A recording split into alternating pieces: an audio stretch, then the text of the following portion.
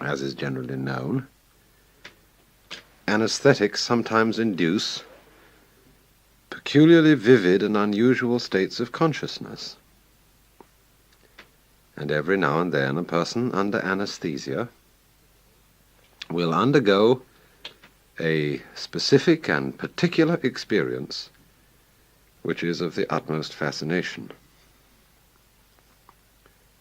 It's the kind of experience which I suppose we would ordinarily call mystical or spiritual, and which, while it lasts, carries the most powerful sensation of understanding with complete clarity and certainty what is the mystery and meaning of the world. This occurs sufficiently often to have been made a subject of experimentation. Perhaps you know the story of the investigator who took doses of anesthetic for this purpose and equipped himself with pencil and paper to record at the moment of awakening whatever revelation might have been given to him. Fortunately, the expected experience took place, and for a brief period the investigator had the vivid conviction of complete comprehension of this universe of life and death. He regained waking consciousness with the tail end of the sensation still upon him, grabbed the pencil, and swiftly recorded the essential content of the experience just before it faded. After several minutes, during which his mind returned to its normal state, he looked at what he had written.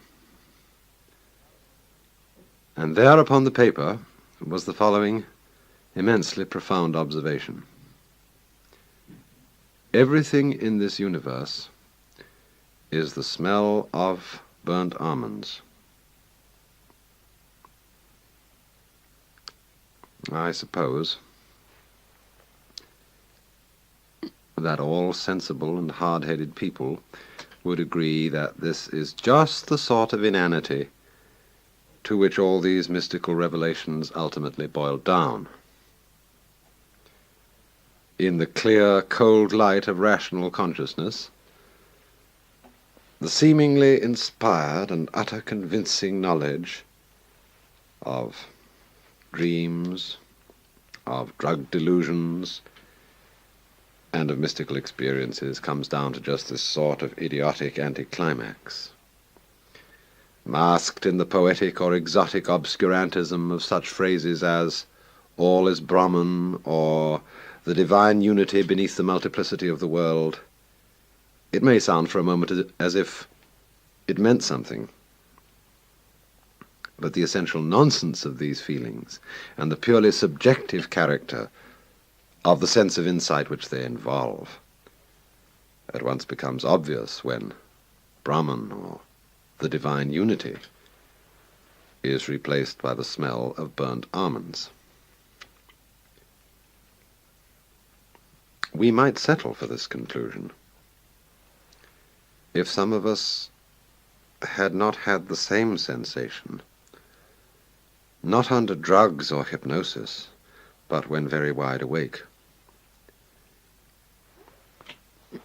And I, for one, will not quarrel with the smell of burnt almonds as the key to the mystery. I like it much better and feel it makes much more sense than Brahman or the divine unity. For its very banality, its very inconsequential silliness, brings out the real significance of the experience in question. For the importance of the mystical revelation does not lie in the precise nature of what everything in this universe is.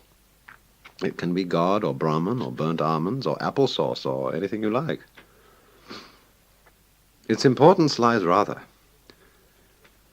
in the simple sensation of wholeness, in the part of the sentence which runs, everything in this universe is, no matter what.